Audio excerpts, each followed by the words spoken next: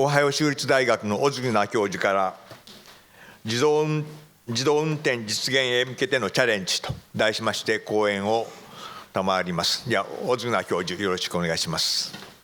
I must first start off saying that I'm not representing Detroit or President Obama or past President Bush. I'm here as a professor who has been involved in automated driving for many, many years. In fact, on paper for about 30 and in practice for about 15 years. So I've been asked to talk about all the problems associated with this, and I'll have a few words on work on autonomous vehicles directly, V2V wireless networking and intersection collision avoidance, and try to cast it in the framework of the interest of this meeting. So I'll start off with one slide just pointing out some of the issues related to energy, convoying or platooning based energy savings, which we shall hopefully see mostly on highways, obviously. And again, the effect of automation would be seen on reduction of stop-and-go situations in urban traffic.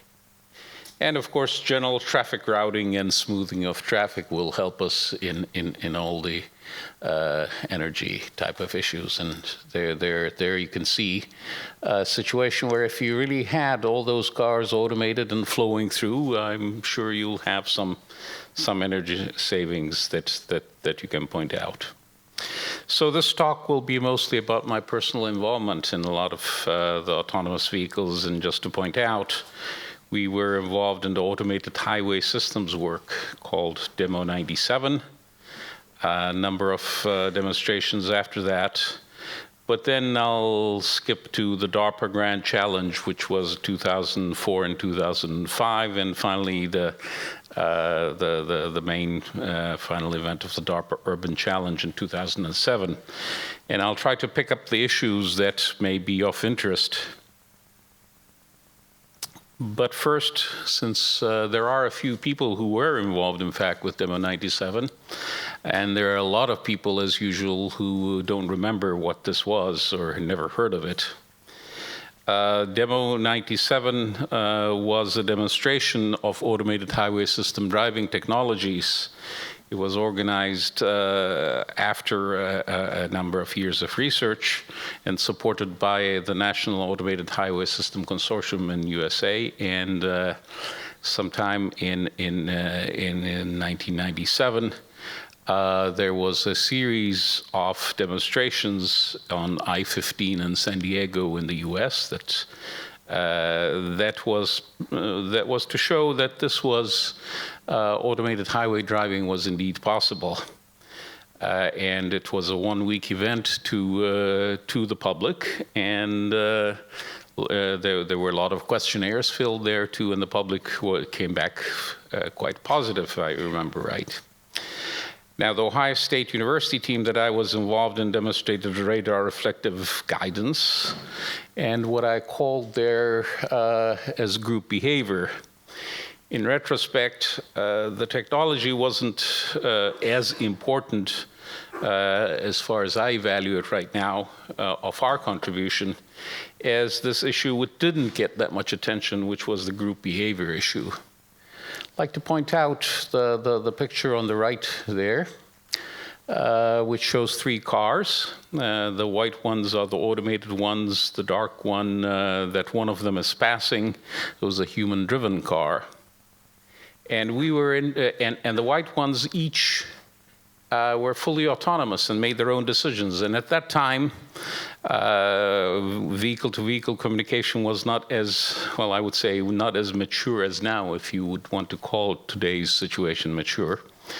At that time, it was truly in its infancy. So our demonstration vehicles did not have vehicle-to-vehicle communication. They were independent entities in a roadway, just like humans. And they had to make their own decisions as far as passing a slow car in front, and if you see a gap in front of, to move and to fill in those. So what you're seeing there at that picture is what I consider one of the exciting stages in development of autonomous vehicles, where two autonomous vehicles independently of each other made their own decisions and did two different things. One decided to pass the human in front of it, and the other decided to, once the lane change occurred, the other one decided to fill in the gap at the same time, running at 50 miles per hour. We, at that time, and I still am interested in this, were interested in emulating human behavior. And we called the first dark-colored car there the grandmother. And the one that wanted to pass it and did pass it, we called the teenager. And the third car we just called Jack. So we're still at the stage of trying to humanize behavior, maybe in automated system driving.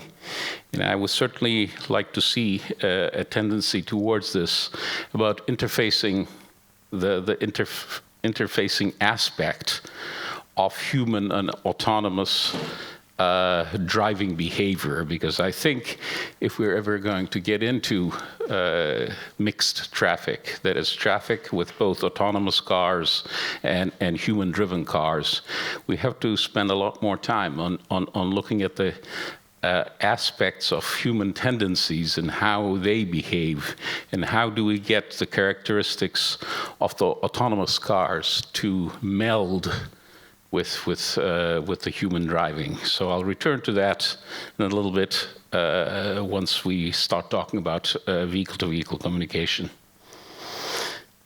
As I said before, in 2004 and 2005, we were involved with the DARPA Grand Challenge. Now, the Grand Challenge, the two Grand Challenge contribution, of course, is both to show to the public that autonomous vehicles are indeed possible, and there was a big push towards sensor technologies and the possibilities of what one could do given the resources, about understanding the driving environment. Of course, the driving environment in those two cases was off-road. So in that sense, it had little to contribute to autonomous driving on roadways, except for maybe popularizing the whole concept and also making more and interesting sensors available, and a lot of bright minds working on sensor fusion technologies. Now, if we come to 2007, where we had the urban challenge, that is a totally separate issue. And the type of problems there are indeed of interest for anybody working on autonomous driving concepts. And we had, what you see there, is a hybrid vehicle, in fact. We chose a hybrid vehicle for being able to satisfy our needs for feeding all the sensors in that car. Of course, there are more sensors than you might really need, but the type of things that were required of our autonomous vehicle, we didn't know when we first started exactly what we would be needing, but we had to do lane tracking. We had to do car following. We had to deal with intersections. We had to deal with traffic circles. We had to be able to do passing. We had to do obstacle avoidance. We had to park. And we had to do dynamic route planning and replanning. You can see that our car had a lot of sensors, so had the capability of understanding its immediate environment. Again, I have to underline that the DARPA Grand Challenges and the DARPA Urban Challenge, none of those had any vehicle-to-vehicle communication capability. Everything had to be just sensed on the car, and decisions had to be made on the car. So the issues that came up that are relevant can in fact be seen there. You can see that there, again, this is Western Standard, so we are doing a left turn into this lane. I'm sorry about that. So issues like this, passing a car, or parking in an open environment like that where there may be other cars moving around. So if you are interested in energy savings in moving through an urban environment, these are the type of technological problems that you will have to be able to solve.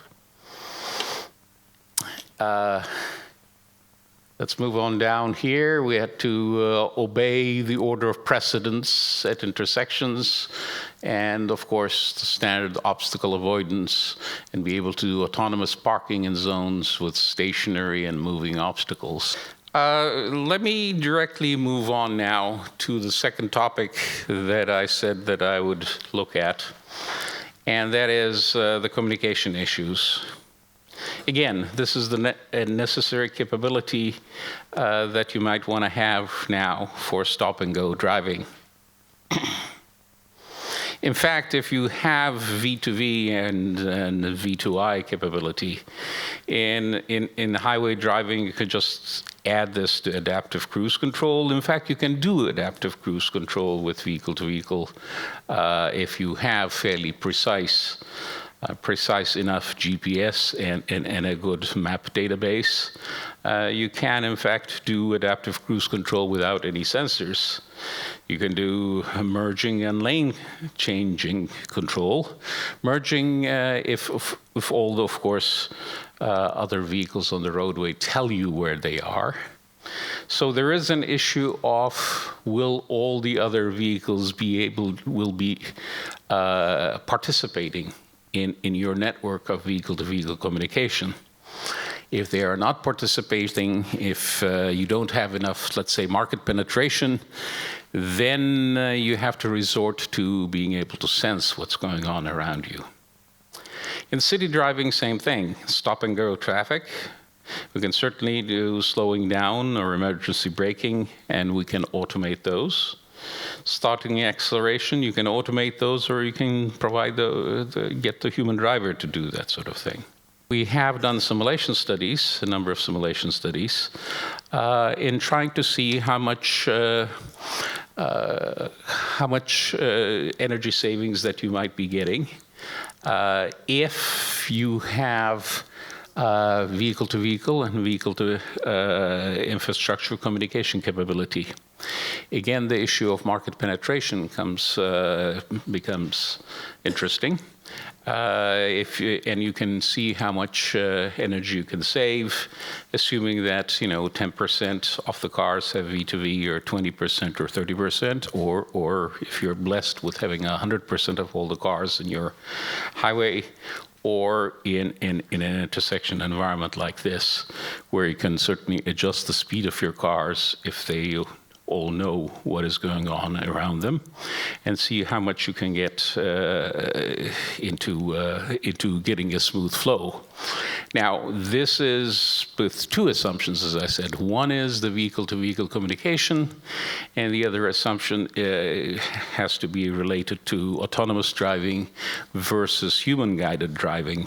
Indeed, you can pass the information and suggest to the cars that they should be driving at a certain speed, and it is not clear that all the human drivers will listen to those suggestions, and indeed some of those may decide that they don't care what your suggestions are, that they're going to go faster or pass, and so on. So there are issues there about whether V2V, once you assume that there is some human drivers involved, especially if they're of the teenager kind that I mentioned, whether they will listen to the suggestions about speed regulation that you provide to them, or whether you will need to enforce those, in which case, of course, it becomes sort of quasi-autonomous driving.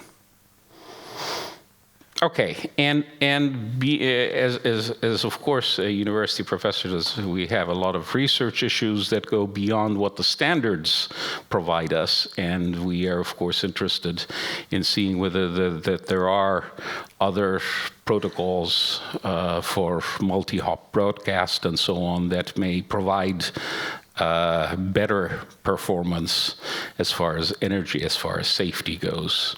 And we have looked at the multi-hop broadcast along the roadway or intersection broadcast and what we call urban multi-hop broadcast.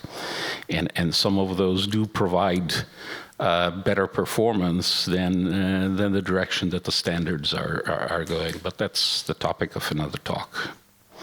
We have done experiments with real cars, and we are doing experiments with real cars. My students like me to show this picture because that's my students up there, so they like to show how much they work for me. Just putting up an antenna at the lab so that they can get to communicate with the cars that we have. So that's makes them happy. I'll just briefly show some technical diagrams showing that some experiments that we did with multiple vehicles to show intersection collision avoidance or stop-and-go driving that involves both a 5.9 gigahertz system and in our case, in the US, a 900 megahertz system, not a 700, a 900 megahertz system, and being able to distinguish what data is sent where and that sort of thing. Okay, which brings me to my sort of final topic today, which is related to intersections. And we have done work related to this on both sensor and V2V based approaches. And here is where the hard problems start. Now, these are two pictures, in fact, from the DARPA Urban Challenge. When the DARPA Urban Challenge was first announced, DARPA provided us this photograph and said, these are the type of problems that you will have to solve. And we looked at this problem and said, oh no, because this is a very hard problem, obviously. Of course, when the rules finally were announced about how our cars is supposed to behave, the problem was posed like this. And I do want to point out that there is a long way to go from here to here. And this, in fact, itself is hard enough for an automated car. So we have recently investigated many situations where human beings, as part of the traffic pattern, are involved. We have investigated situations where we are a car sitting at an intersection there, or we are at a car sitting at an intersection there, and we need to figure out what this red car is going to do. Now, you could rely, if everybody was automated, if all the cars are automated, life is simpler in the sense that we know what the rules are exactly, and we know that the other automated car will go with those rules. Now, if this car is a human-driven car, even if there is a traffic light here, even if there's a stop sign there, I do not really 100% know that that car is going to stop, or maybe ignore the red light, or slow down just a little bit to look at me and decide that I'm not going to move, so maybe he can pass before the light changes or something like that. So there is always this question about what the human driver might do. Will this car make the right turn? Again, we're talking in America. Or will he go straight? Will he make a left turn? So those are the type of questions that we investigated. and both based on sensors and based on vehicle-to-vehicle communication. Now, I do want to point out that the sensors do provide lots of technical problems that haven't yet been, well, they have been solved, but I wouldn't say that you can always 100% rely on. We can discuss the technical problems if anybody is interested, but I have to say that even if you know in general that there is a car there, you don't really exactly know which corner will hit you if you're interested in that sort of thing. And if you're going to make, last 100 millisecond precise decisions, whether you will stop, whether you will go, whether you'll accelerate to get by, you have to know not just in general terms that there is something there, but exactly what the shape of that thing is. So these are, hard problems. Let me show you here something from the DARPA Urban Challenge. This car is an automated car.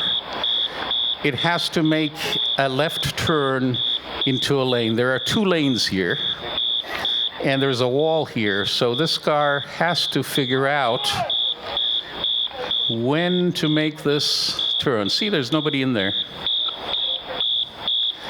And do this without hitting the other cars with the drivers.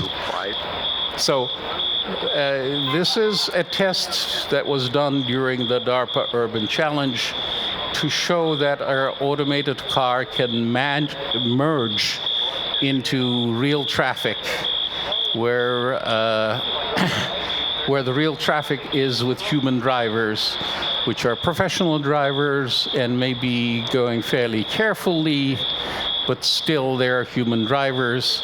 So our car has to be careful about finding the gap in that. So that was a demonstration.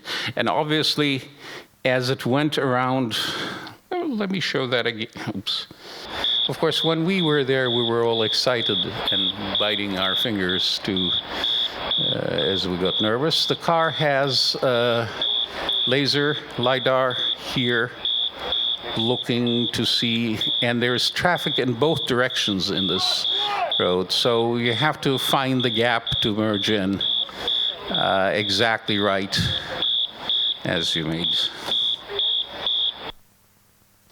Okay, so we have now started, and let me just looking at issues where humans are also driving in our network of cars. And again, if you want to have autonomous vehicles driving around in urban traffic, these are the type of problems that you will have to solve.